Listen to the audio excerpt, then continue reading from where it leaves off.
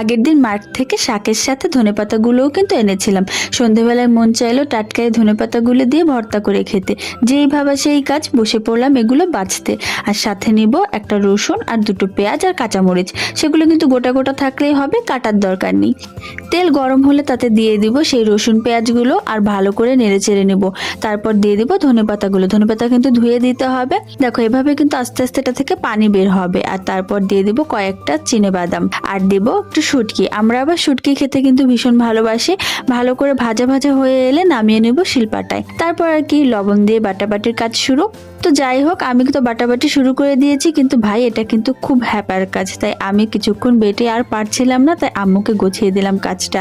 তারপর তো আম্মু ভর্তা বাটা শেষ করে সেই পাটায় ভাত মেখে নিল আর আমাকেও খাইয়ে দিল।